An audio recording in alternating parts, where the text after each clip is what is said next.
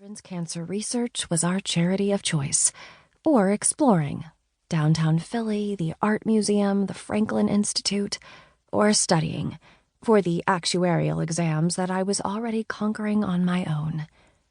There was always something. When there was nothing, I'd go be a guinea pig for the psych student experiments or sit in the sun on College Green. I never wanted this to end. But I was coming up on the end of my junior year at Penn, and I knew it would end too soon. One day, I was talking with a senior who told me that the president of the senior class carries the American flag during the graduation processional, and the vice president of the class carries the Penn flag. That's all I needed to hear. I wanted to carry the Penn flag on behalf of my graduating class and close out my college career celebrating the place that made me whole. I had no business running for the VP position. I had no experience in student government while at college and hadn't taken on any leadership positions in any other group on campus. I hadn't even held the position in high school. Remember, those were the Janice Dewey days. But despite all that, I decided that I was going to make a run for it.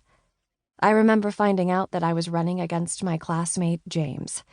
James was pre-law and had been involved in student government groups and panels every year since freshman year. Senior class vice president was a natural progression for him. He ran a strong campaign. They all told me I'd never beat him because James had everything going for him. James was going to win. He was poised to win. He was the obvious choice to win. Except he didn't, because I did. It turns out I had everything going for me. Well, maybe not everything, but it seems I had the details that mattered. Perhaps it was that I knew the right people and had the right support. Perhaps I had created enough rich experiences during my time at Penn that the students felt connected to me. Maybe it was because I had done a good job promoting my own value during the election cycle. Whatever it was, I had unknowingly stumbled into the right winning conditions for this particular experience. I might not have had as strong a resume as James, but I delivered my election pitch and positioned my candidacy in a winning way. I was able to influence my outcome in a winning way. For the first time in as long as I could remember, I had gone after a dream and won. My time on the senior class board was extraordinary.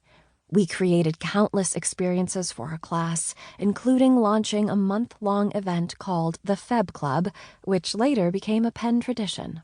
On graduation day, I led my graduating class down Locust Walk and on to Franklin Field while proudly carrying the Penn flag. I still consider that event to be one of the best things I've ever done in my entire life. I continued my service to my class as vice president and reunion co-chair for 27 years, and throughout those 27 years, our class won multiple awards for excellence in leadership and event planning. But winning that class board election did far more than greatly enrich my undergraduate and alumni experience. It also yielded a lifelong and highly important lesson. Things that I thought were out of reach might actually be within reach if I could learn to create the right winning conditions. I began to believe that I could potentially leave those repeated failures behind, and I just might be capable of significantly more than I had previously thought possible. After that election, I relentlessly pondered this experience. It didn't make a lot of sense. On paper, James should have beaten me. He was the obvious choice to win.